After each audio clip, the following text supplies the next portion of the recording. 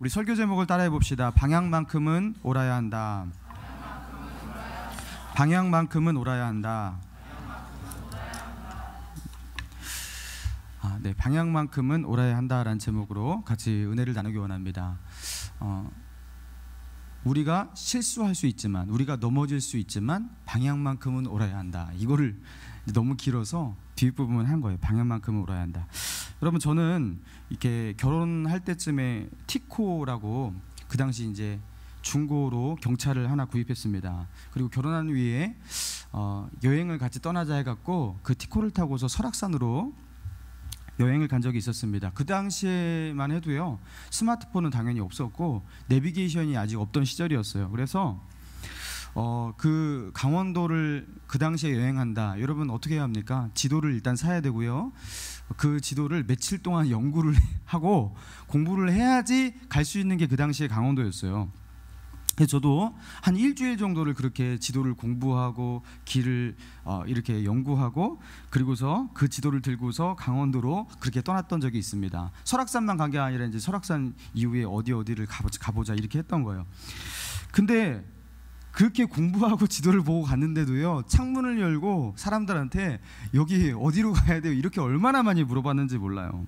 그리고 그렇게 물어보면서 이정표를 보고 간다 해도요, 거기서 얼마나 길을 많이 잘못 들어서 다시 백하고 돌아가고 얼마나 그랬는지 모릅니다. 여러분, 그런데 제가 가고 싶은데 다 갔겠습니까? 못 갔겠습니까?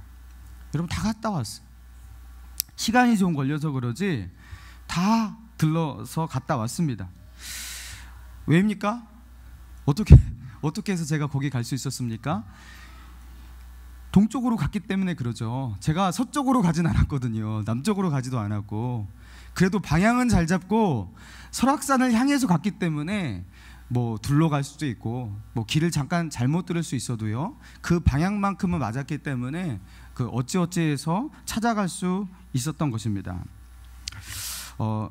방향을 잡는 게 되게 중요한 거예요. 제가 언젠가는 저희 식구들을 태우고 이렇게 서해안 고속도로를 타고서 한참을 남하하고 있었습니다. 그 서해안의 그 한 해변에서 캠핑을 한번 하려고 이렇게 한참을 서해안 고속도로를 타고 남하하고 있었어요. 그때 제 아내가 저에게 이런 질문을 한 적이 있었습니다. 우리 동행하는 거예요? 이렇게 물어보는 거예요. 아니, 이정표가 계속 지나가고 서해안 고속도로를 타고 한참을 가고 있는데 지금 어디 바다를 가는지를 모르고 있는 거예요. 그래서 제가 그때 제 아내한테 이렇게 말한 적이 있었습니다. 어디로 가는지 목적지는 알고 가자. 남편을 믿어도 너무 믿는다 당신은. 그죠? 그냥 차를 타는 거예요. 어딘가 데려다 주겠지. 여러분, 우리가 어느 방향으로 가는지 정확하게 해야 합니다. 여러분, 내가 인생 살아갈 때 어떤 방향으로 가는지 방향에 대한 분명한 자각이 있어야 되는 거예요. 여러분, 왜 사냐고 물으면 웃지요. 여러분, 내가 나한테 왜 사냐고 묻는 사람이 있으면요, 그 사람한테 내가 어떤 방향으로 살고 있고 무엇을 위해 살고 있는지 정확하게 말할 수 있어야 돼요.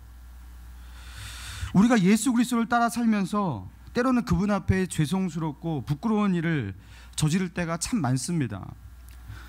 우리는 실수하고 넘어지는 존재예요. 그러나 예수 그리스도를 따라 살아가는 그 방향만큼은 분명히 해야 하는 거예요.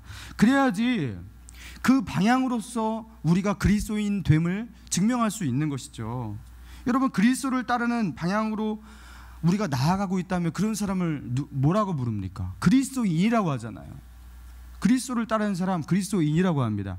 그렇다면 그리스도의 이름으로 일컬어지는 그리스도인은 누가 책임집니까?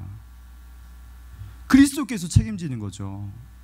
여러분, 우리가 살아가는 삶의 방향과 우리의 실존과 우리의 안전이 다 연결되어 있는 것이에요. 여러분, 그래서 방향을 분명히 하고 살아가는 저와 여러분 되길 바랍니다. 야곱은요, 자신의 두 아내 그 레아와 라헬을 들로 불렀어요. 그리고 긴급 회의를 열었습니다. 그 회의 내용이 무엇이었습니까? 그 라반과 야곱의 관계 속에서 그 심각한 사태, 그렇죠? 그리고 안색이 변해서 이제 예전과 같이 자기를 대하지 않는 그 라반의 모습을, 이런 것들을 말했어요.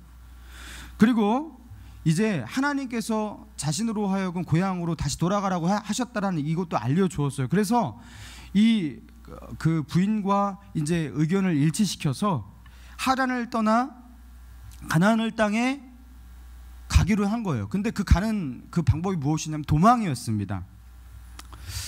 라반이 양털을 깎기 위해서 저 멀리에서 양털을 깎고 있을 때 그 틈을 타서 도망하는 거였어요. 자, 21절과 22절을 같이 읽겠습니다. 21절과 22절 시작. 그가 그의 모든 소유를 이끌고 강을 건너 길르앗산을 향하여 도망한 지 3일 만에 야곱이 도망한 것이 라반에게 들린지라.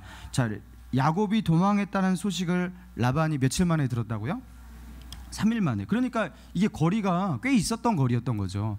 양털 깎기 위해서 꽤 먼 거리에서 양털을 깎고 있었고, 야곱은요 그걸 이용해서 이때다 싶어서 도망했던 것입니다. 그 이스라엘 사람들에게, 그 당시 이제 중동의 사람들에게 양털을 깎는 것은 1년에서 가장 중요한 행사였다고 합니다. 그 중대한 행사를 치르기 위해서 그리고 수백 명의 일꾼들이 동원해서 보통 양털을 깎았대요. 그래서 이 양털 깎고 나서는 항상 잔치를 벌였고 이게 축제를 벌였고 그런 게 바로 이 양털 깎는 행사였거든요.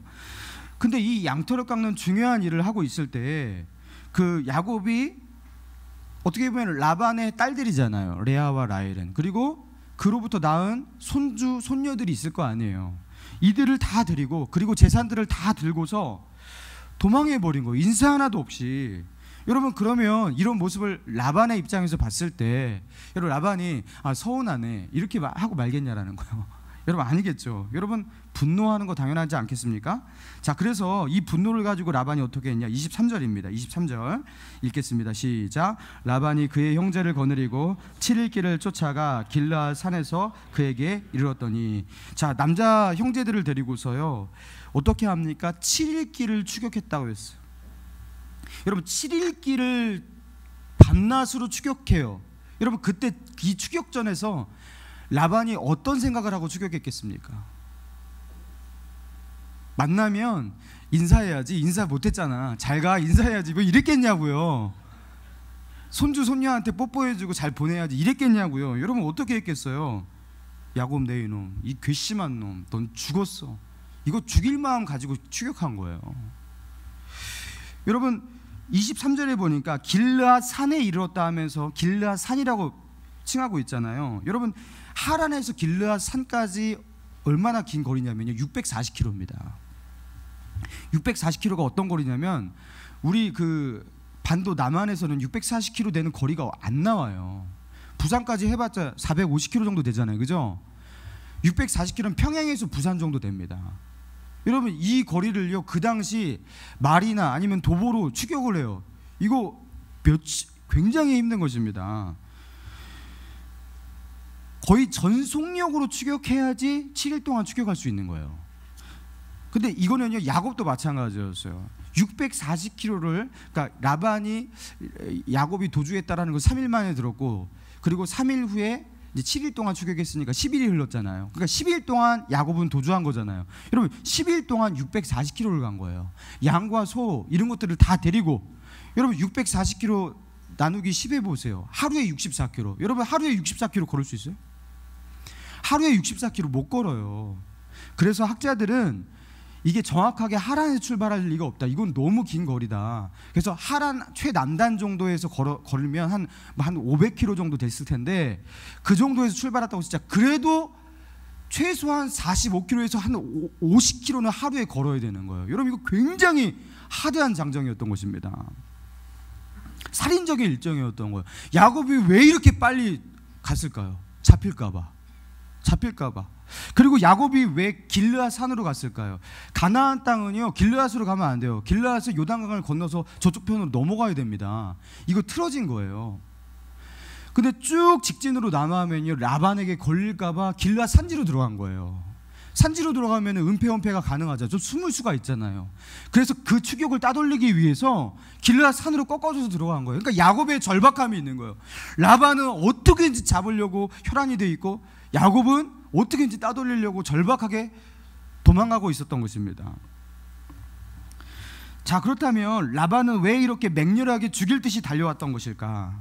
여러분, 여기에는요 라반의 잘못만 있었던 것입니까? 그렇죠? 라반의 잘못만 있었던 것 같지 않아요. 여러분, 분명히 야곱도요 그 라반을 화나게 했어요. 그래도 인사는 한번 해야 되는데, 그죠? 딸들에게, 손주 손녀에게, 그죠? 화가 안 날 리가 없는 것입니다. 20년 동안 라반 밑에 살았어요. 근데 어느 날 다 가지고 도주해요. 말 한마디도 없이. 여러분, 당연히 이거는 분노가 일어나는 것이에요. 그럼 하나님께서 이렇게 도주하는 것이 하나님의 뜻이었을까? 하나님께서 라반이 지금 멀리 가 있으니까 지금 즉시 도주해라, 라반에겐 절대 아니, 이렇게 말씀하시지 않았어요. 그러니까 하나님께서 분명히 너의 고향으로 가라 했는데, 이 가라는 이 명령을 실천하는 그 와중 가운데 야곱이 좀 더 지혜롭게 이것들을 할 수 있는 여지가 분명히 있는 거예요. 야곱은 물론 하나님의 뜻대로 가는 것이었지만 구체적인 그 뜻을 성취하는 구체적인 행동과 선택 가운데 야곱의 실수와 야곱의 어설픔이 분명히 있을 수 있음을 우리가 추측할 수 있습니다. 자, 그리고 또 다른 문제가 무엇이었냐면 야곱의 아내 라헬이 저지른 문제였습니다. 19절 보겠습니다. 19절, 31장 19절 전에 봤던 건데 19절 한번 보겠습니다. 시작. 그때 라반이 양털을 깎으러 갔으므로 라헬은 그의 아버지의 드라빔을 도둑질하고. 여러분, 드라빔이 뭐냐면요, 그 당시 고대 그 중동의 사람들이 드라빔이 각 가정마다 하나 있었는데 그 가정을 수호하는, 지키는 수호신으로서의 작은 우상이었습니다. 보통 한 손으로 잡힐 만한 어떤 보통 사람의 형상을 가지고서 이 수호신의 우상을 만들었대요. 그러니까 라반은 여호와 신앙을 조상으로부터 물려받아서 가지고 있었지만 고대 근동의 우상 숭배 문화에 젖어갖고 영향을 받아서 그 드라빔이라는 수호신도 모시고서 거기에다 절하면서 그걸 여호와로 불렀을 가능성이 있는 거예요. 자, 그런데 이 라헬이 그 집안의 보물 1호라고 일컫는 이 드라빔을, 아버지의 드라빔을 복수하는 마음으로 아버지한테 서운하니까 그것을 훔쳤던 것인지, 아니면 그 드라빔은 수호신이니까 그 수호신을 훔쳐가갖고 아버지가 자신을 공격하는 것을 멈추게 하려고 그랬던 것인지, 아니면 그 드라빔이 은이나 금으로 되어 있어서 재산 가치가 있기 때문에 그것을 훔쳤던 것인지 분명히 나와 있지 않기 때문에 해석이 불가능하지만 훔쳤어요. 여러분, 훔친 것은 잘못된 것이에요? 잘못된 것이 아니에요? 매우 잘못된 것입니다. 그것도 아버지 몰래 튀고 있는데 훔쳐서 달아난다니. 여러분, 라반이 야곱을 맹렬히 추격했던 이유가 분명히 있잖아요. 자기의 보물 1호도 가져가고 있고 인사 한마디도 없이 20년 동안 있다가 가족 다 데리고 도망가고 있고. 여러분, 이거 분명히 야곱과 야곱의 가족에게 일종의 책임이 있는 것입니다. 그리고 정말로 이 드라빔이 라헬이 훔친 걸로 발견이 된다면 정말로 큰일이 일어날 뻔했어요. 야곱이 그렇게 말하거든요. 우리가 읽지 않았지만 그 드라빔이 우리에게 발견된다면 그 사람을 죽여버리십시오, 이렇게 말하거든요. 이거 큰일 나는 거 아니에요? 야곱의 가장 사랑했던 아내인데. 여러분, 그런데 이 위기 상황 가운데 하나님께서 어떻게 하시냐? 자, 하나님께서 개입하십니다. 어떻게 개입하시는지 한번 보겠습니다. 24절입니다.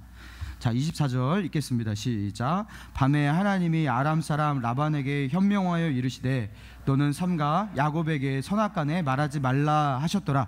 하나님이 라반이 야곱을 따라잡는 그 마지막 날 밤에 라반의 꿈에 나타나셨어요. 그래서 어떻게 말씀하십니까? 너는 삼가 야곱에게 선악간 말하지 말라. 야곱에게 선악간 말하지 말라. 이게 무슨 뜻이냐면 잘잘못을 따지지 말라는 거예요. 여러분, 하나님은요 야곱을 죽이지 말라, 야곱을 해하지 말라 정도가 아니라 너 야곱 만나거든 무엇이 잘한 일인지 잘못한 일인지 선악간에 말하지도 마, 이렇게 말씀하신 거예요. 그러니까 하나님의 경고 수준이 너 야곱을 뭐 조금만 해야해서도 안 돼, 이 정도가 아니라 너 말도 함부로 하지 마, 이렇게 경고하셨던 거예요. 그러니까 라반은요 이 꿈 때문에 그 전날 밤 나타나셔서 그 라반에게 경고한 이 꿈 때문에 정말로 야곱에게 함부로 말하지도 못했고요, 그리고 야곱을 해할 수가 없었던 것입니다. 여러분, 하나님은 왜 이 라반의 꿈에 나타나셨고 야곱의 편을 들어주셨던 것입니까? 무엇 때문에 그랬던 거죠? 분명히 야곱도 좀 잘못한 게 있잖아요. 왜 훔치고요, 그렇죠? 그리고 어떻게 이렇게 무례하게 이렇게 튈 수가 있습니까? 여러분, 왜 하나님은 야곱의 편을 들어주셔서 야곱을 보호하고 계시냐? 자, 우리 13절의 말씀을 읽겠습니다. 31장 13절입니다. 시작. 나는 베델의 하나님이라. 내가 거기서 기둥에 기름을 붓고 거기서 내게 서운하였으니 지금 일어나 이곳을 떠나서 내 출생지로 돌아가라 하셨느니라. 지금 야곱은요, 어디로 가고 있었던 거예요? 내 출생지로 돌아가라 하셨던 그 하나님의 말씀 때문에 하나님의 명령에 순종하는 마음으로 하나님께서 가라 하시니까 가는 거예요. 근데 가는데 야곱이 가지고 있는 지혜와, 그렇죠? 야곱의 인격, 그리고 야곱의 아내, 이 부분에 있어서 연약함과 어설픔이 있기 때문에 그 가운데 몇 가지 실수가 있었던 거예요. 그리고 그로 말미암아 당한 위기가 무엇이었냐면 라반이 맹렬히 추격하면 너희들을 죽여버리겠다, 이런 위기였습니다. 근데 하나님께서 이 가운데서 어떻게 하시냐? 야곱을요 전적으로 보호하신다라는 거예요. 여러분, 이 본문의 말씀이 우리에게 뭘 시사하는 거냐면, 우리에게 무엇을 말씀하고 있는 거냐면, 때로 우리가 실수해서 고난당할 때가 있어요. 때로요 우리가 넘어져서 위기를 당할 때가 있어요. 내가 나름대로 주님을 섬긴다고 하지만 내가 가지고 있는 연약함 때문에 하나님을 섬기는 모습이 조금 어설프고 잘못될 수 있어요. 그로 말미암아 내가 아플 수도 있고 위기를 당할 때도 있어요. 내가 잘못된 선택을 할 때도 있어요. 되게 후회스러운 일을 저지를 때도 있어요. 여러분, 그러나 하나님께서 가라 하시는 그 방향만 붙잡고 나아가고 있다면, 그렇죠? 하나님께서 야곱으로 어디로 가라 했어요? 가나안 땅으로, 너의 고향으로 가라 했잖아요. 그래서 간다라는 게 그 가는 모습 가운데서 야곱이 저지른 어떤 실수와, 그렇죠? 그 야곱의 가족의 어떤 그 실수들이 있었던 거예요. 근데 그로 말미암아 당하는 어떤 위기와 아픔 속에서 하나님이 어떻게 하시냐? 하나님이 책임지시고 보호하시고 지키시는 모습을 보여주고 있다는 거예요. 그래서 야곱이 방향을 잡고서 출발했던 것처럼 우리도 우리의 인생 가운데 우리도 실수하고 때론 잘못된 선택을 할 때가 있지만, 하나님 바라보고 하나님께서 지시하시는 그 방향 붙잡고 방향 제대로 잡고 나아가잖아요. 여러분, 그러면요 우리가 때로는 실수하고 넘어질 수 있지만 하나님 안에서 안심해도 된다라는 거예요. 내가 저지른 잘못 때문에 때로는요 우리가 세상에 추격당할 때도 있고, 그것 때문에 공포스럽고 무섭고 염려스러운 일이 일어날 때도 있지만, 여러분, 하나님은요 그것 때문에 우리 망하게 하시는 하나님이 아니라는 것입니다. 여러분, 내가 그때 그거 하나 잘못해갖고 나는 이렇게 됐어, 이러시는 분 계시죠? 여러분, 그거 여러분의 오해입니다. 하나님은 그것 때문에 여러분 망하게 하지 않아요. 여러분의 그 잘못된 하나의 선택 때문에 그렇게 하지 않아요. 하나님이 망하게 하시는 사람은 누구입니까? 방향을 잘못 잡은 사람이에요. 하나님께서 가나안으로 가라고 하셨는데 가나안이 아니라 안 가고 아니면 다른 방향으로 가는 사람, 여러분, 이런 사람이 망하는 것이지, 하나님의 뜻대로 살려고 하는데 그 가운데 우리의 연약함 때문에, 우리가 저지른 실수 때문에 그거 하나 가지고 망하게 하시고, 그렇죠? 그러시는 하나님이 아니라는 거예요. 우리의 진정한 실패는 우리의 인생의 방향이 잘못됐을 때입니다. 그러나 하나님이 원치 않은 방향으로 나아가요. 잘못된 방향으로 틀어져서 나가요. 근데 괜찮아요. 잘 먹고 잘 사는 것 같아요. 여러분, 그러나 그게 진정한 실패인 것입니다. 사랑하는 여러분, 여러분은 어떤 삶의 목표를 가지고 살고 계십니까? 돈은 왜 벌고 계십니까? 하루하루 연명하는 이유가 무엇입니까? 만약 우리의 삶의 목표가 안정적인 삶 그 자체라면 여러분 대단히 착각하시는 거예요. 여러분, 이 목표는 하나님과 전혀 상관없는 목표이기 때문입니다. 여러분, 하나님께서 우리를 이 땅 가운데 창조하신 목적이 무엇이죠? 크게 두 가지로 요약될 수 있어요. 첫 번째는 예배자 되는 거예요. 예배자. 하나님을 기념하고 예배하는 예배자로 살아가라고 우리를 이 땅 가운데 창조하셔서 만드셨습니다. 그래서 우리가 이 땅 가운데서요 해야 할 가장 중요한 일이 무엇이에요? 하나님을 기념하지 않고 하나님을 예배하지 않은 이 세상 속에서 하나님을 예배하는 일을 하는 거예요. 아담과 하와가요 어느 순간에 이걸 못했던 거예요. 그러면서 선악과를 따먹은 거예요. 여러분, 예배자로 사셔야 돼요. 하나님께서 하나님을 기념하고 그분의 이름을 높이고 예배하는 이 일이 삶의 중심이 되어야 해요. 굉장히 중요합니다. 삶으로 예배하고 또한 교회에서 같이 모여서 하나님의 이름을 기념하고, 여러분, 예배가 굉장히 중요한 거예요. 이것이 우리의 삶의 목적이에요. 두 번째, 복음 전파입니다. 자, 우리가 구원 받았어요. 지금 죽어도 우리는 천국 갑니다. 여러분, 천국에서도 예배가 있어요, 없어요?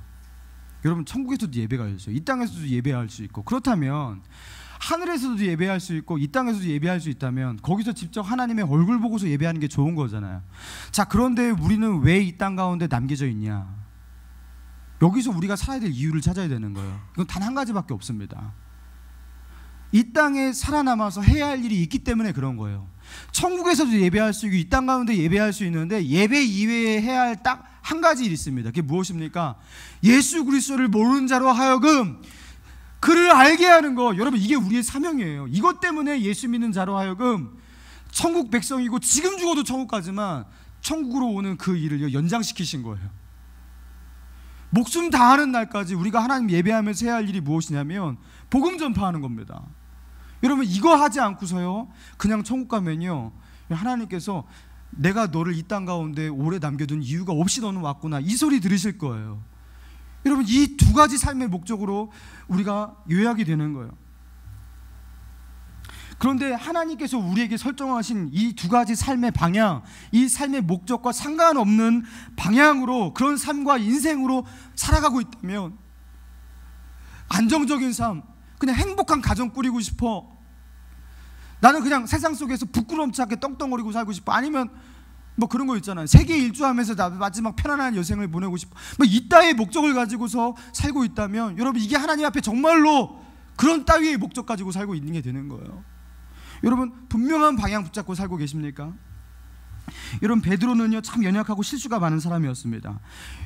그런데 그 실수 많고 연약한 베드로가 오순절 성령 강림 사건 이후에 확 변화되어서 온전한 사람이 되었다. 보통 우리가 이렇게 인식을 하고 있는데, 여러분, 그렇지 않아요. 사람은 그렇게 쉽게 변하는 게 아니에요. 여러분, 베드로가요 그렇게 그 부활하신 주님을 만나고 성령의 강림 받고 그리고 이스라엘 최고 지도자가 되었는데도 불구하고 갈라디아서 2장에 보면요, 어느 날 베드로가 안디옥에 왔는데, 안디옥에서 이방인과 같이 음식을 먹다가 유대 할례주의자들이 그 장소에 온 것을 보고요, 그들을 의식해갖고 그 자리에서 일어나서 피했다고 나왔어요. 근데 그것을 바울이 보고서 어떻게 했냐면, 베드로를 개발하고 했잖아요. 바울이 그렇게 말합니다. 모든 자 앞에서 개발을 내가 책망하였노라. 내가 유대인같이 살지도 않으면서 그리고 이방인에게 복음을 전하면서 어찌 유대인의 흉내를 내느냐 하면서 모든 사람 앞에서 개발을 책망했다고 했어요. 여러분, 이게 무슨 망신입니까? 여러분, 베드로가 어떤 사람이에요? 예루살렘 최고 지도자입니다, 교회에. 그리고 믿어도요, 한참 전에 예수님을 믿었잖아요, 베드로는. 그리고 예수님의 수석제자였잖아요. 근데 예수 믿은 지 얼마 안 된 이 사도 바울한테요, 안디옥 교회에서요 모든 사람 앞에서 책망받았어요. 정말 체면이 구겨지는 일이죠. 여러분, 베드로가 이런 사람이에요. 실수가 많고요, 때로는 잘못된 선택을 많이 하기도 하고요, 그런 사람이 베드로입니다. 여러분, 그런데 그렇게 실수도 많고 탈도 많은 베드로, 여러분, 그의 인생이 어떤 인생을 살았습니까? 하나님께서 베드로를 놓아버렸어요. 하나님께서 꽉 붙들고 베드로를 사용하시잖아요. 마지막 순교의 제물이 될 때까지 베드로를 사용하시고 그를 통해서 일하시잖아요. 그를 통해서 성경을 집필하시고. 여러분, 그가 완벽한 사람이라서 실수가 없어서 그런 게 아닙니다. 죄가 없어서 그런 것도 아닙니다. 그도 실수가 많고 연약함을 많이 가진 사람이었어요. 그러나 베드로는요, 삶의 방향만큼은 분명했잖아요. 예수 그리스도를 바라보고 살았잖아요. 베드로의 방향이 베드로를 쓰임받게 하는 거예요. 넘어져도, 실수해서 넘어져도 하나님 앞으로 넘어지니까, 자기의 영광 구하며 살지 않고 하나님의 영광 구하며 사니까 하나님께서 그 베드로 사용하시는 것이죠.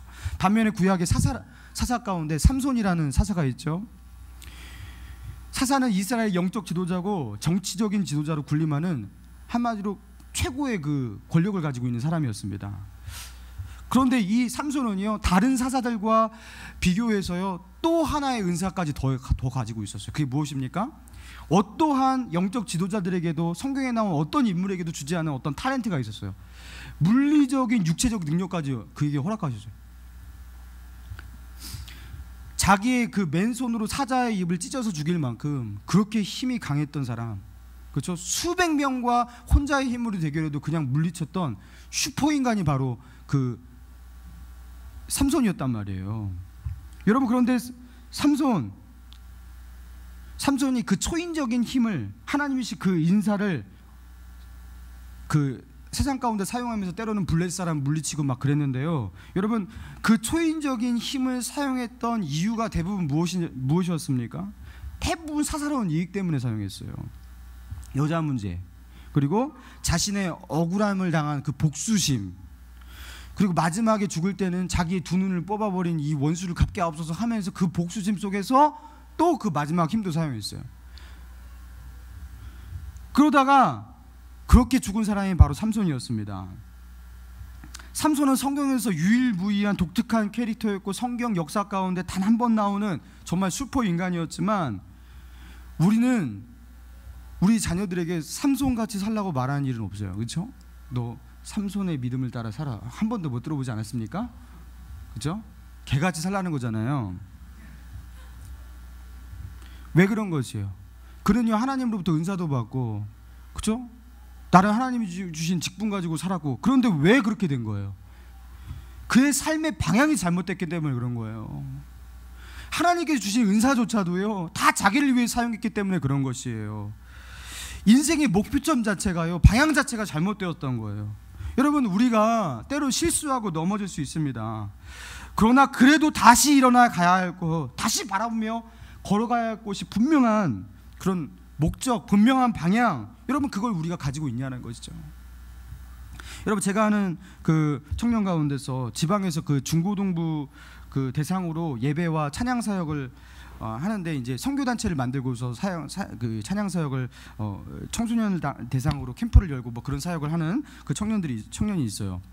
근데 그 선교단체 이름이 뭐냐고 물어보니까 예수 방향이래. 예수 방향. 예수 방향. 여러분, 예수 방향으로 가셔야 돼요. 그리스도가 계신 곳, 그리스도가 기뻐하는 곳, 그리고 그리스도가 이 땅 가운데 살아계셨다면 그리스도께서 가시려 했던 그곳, 그분이 가실 곳, 여러분, 그곳으로 내가 가려고 하는 그 예수 방향 잡고 그렇게 살아야 하는 것입니다. 삶의 방향만큼은 틀려서는 안 되는 거예요. 여러분, 로마 제국 시절의 이야기인데요, 카이사르와 그 폼페이우스가 서로 한바탕 전쟁을 하고요, 카이사르가 권력을 잡게 됩니다. 근데 이 카이사르가 그동안 그 로마는요, 공화정으로 운영이 되고 있었거든요. 공화정이 뭔지 아시죠? 이렇게 그 아무튼 거기에 있는 정치 지도자들, 원로원들이 그 가운데서 이제 민주적으로 결정하면서 이렇게 나라를 운영했던 거예요. 그러니까 로마는 굉장히 발달된 정치 제도를 예전부터 갖고 있었던 것입니다. 그런데 이 카이사르가요, 그 당시 정치 체제였던 민주적인 이 공화정을 폐쇄시키고요, 1인 통치에 의한 그 제정식으로 가려고 해요. 독재 정치.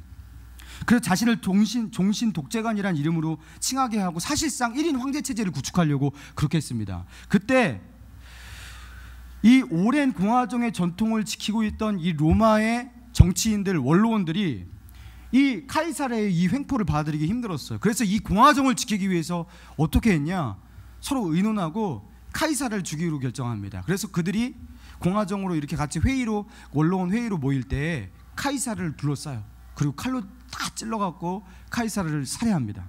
로마가 1인 독재 체제에 놓이는 것을요, 미연 방지하게 된 거예요. 그리고 로마의 시민들도 그 카이사르의 죽음에 대해서 순순히 받아들이게 되었습니다. 그런데 문제가 무엇이었냐면 카이사르의 유언장이었어요. 카이사르가 유언을 남겼는데 그 유언장이 공개되면서 여론이 갑자기 바뀌게 됩니다. 자, 카이사르의 유언장에 어떤 유언이 있었냐면요, 자신이 죽으면 자신의 전 재산을 로마 시민에게 균등히 분배하기 바란다. 자신의 전 재산을 로마 시민에게 균등히 n분의 1 해달라는 거예요. 그래갖고 이게 정말로 어떻게 됐냐, 정말로 n분의 1 해갖고 로마 모든 시민에게 다 돌아갔어요. 그런데 그 그 당시 로마 모든 시민에게 배부인데 그 재산 가치가 우리나라 돈으로 한 어느 정도의 가치냐면 약 100만 원 정도의 가치였다고 합니다. 꽤 큰 돈이죠. 모든 서민들에게 100만 원씩 공급되었다면 여러분 이게 얼마나 대단한 거예요. 근데 로마 시민들이요, 카이사르의 유산으로 다 이렇게 그 유산을 분배를 받았잖아요. 그때 로마 시민들이 어떻게 감동하게 되냐면, 카이사르는 자신의 야망 때문에 저렇게 독재하려고 했던 게 아니었구나. 카이사르는 정말로 아버지와 같은 마음으로 우리를 사랑했구나. 그래서 죽어서까지 자신의 유산을 우리에게 나눠주는구나 하면서 카이사르에 대한 인식이 확 바뀌게 돼요. 그러면서 어떻게 됩니까? 그 당시 공화정을 지키려고 카이사르를 살해했던 그 원로원의 모든 정치인들을 미워하게 돼요. 그리고서 그들이 힘을 합치고 여론이 형성이 되었고요, 그 원로원들을 싹 다 죽이게 됩니다. 그 카이사르를 죽였던 모든 사람들은요 다 죽임을 당하게 돼요. 여러분, 사실 카이사르는 어떤 인물이었어요? 로마 역사와 정치에 있어서 후퇴를 만들어낸 독재가였습니다. 그런 인물이 분명했어요. 그런데 마지막 그 유언에 자기의 모든 유산을 로마 시민에게 다 돌려드리겠다.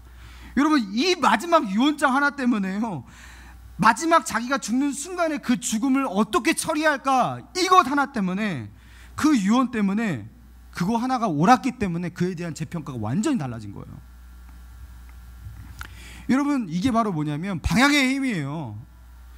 내가 이 땅 가운데서 실수할 수 있고요, 잘못된 일을 저지를 수 있지만, 여러분, 우리가 올바른 마지막 방향을 잡고 나아간다면, 하나님 바라보고 나아간다면요, 여러분, 이 평가가 완전히 달라지는 거예요. 그렇다고 난 하나님 바라보니까 내 마음대로 이건 아니잖아요. 그렇죠?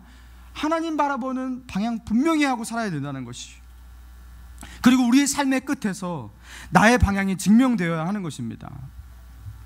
여러분, 우리가 주님 앞에 기도하러 왔어요. 여러분, 금요일에 기도해 오고 뭐 새벽 기도 오고 주님 앞에 무릎을 꿇을 때마다 맨날 은혜 받으십니까? 하나님의 응답이 뚝뚝 떨어지십니까? 여러분, 그렇지 않으실 거예요. 때로는요, 기도하고 난 뒤에도 마음이 답답할 때가 있으실 거예요. 왜 하나님이 나에게 응답하시지 않은가 하면서 답답한 마음으로 때로는 기도의 자리에 일어설 때도 있으실 거예요. 여러분, 그런데 그럼에도 불구하고 하나님께 기도하러 나온다라는 것은 옳은 거예요, 그른 거예요? 그거 옳은 거예요. 그게 믿음이에요. 당장 하나님께서 응답하시지 않을지라도, 내 앞에 눈에 보이는 열매가 없을지라도 기도라는 방향 잡고서 주 앞에 무릎 꿇는 것은요, 그거 옳은 거예요.